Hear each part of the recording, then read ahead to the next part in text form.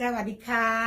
แม่พรมาแล้วนะคะวันเสาร์วันนี้ก็ก่อนจะลงงานนะจ๊ะแม่พรมาร้องเพลงให้ฟังนิดหนึ่งจากเพลงเขมรดนเอาเลยจ้าแม่เวลาพ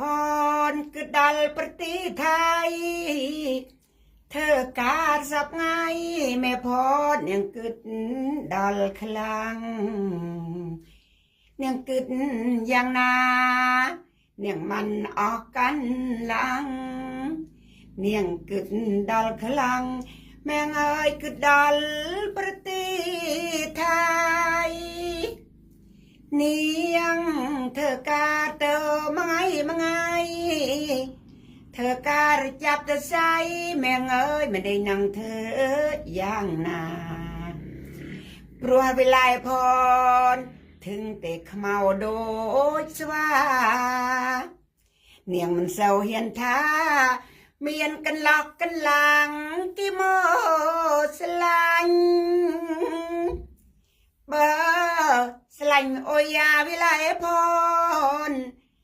เมียนต้องขั้นตอนบางก็ไม่โมหึงหวงเนียงเสยมันบาโมดะเจรวะมันเหม็นเนียงทมปันจันไรปรับโอยเข้าใจวิไลพรมันเนอน้องบางเบอร์บางสลายวิไลพรเสยโอนปรับโอยเข้าใจบางเอ้ยก็ไม่โมหึงหวงวิไลพรเนี่ยมันบ้านเต้าหลอกลวงก็ไม่โมหึงหวงวิไลพรนี่ยังไงปะไดยั่วไงหน้าก็ยั่วบ้านป้ามันตั้งรำคาญบ้องก็ไม่โมห่วงน้องนี้ยังสไรก็ไม่โมดะเจรวังบ้องเอ้ยมันเป็นเนียงเกิดตำไรโอ้ยเดินเจงไปเนียงสไรเนียงมันอยู่บ้างเล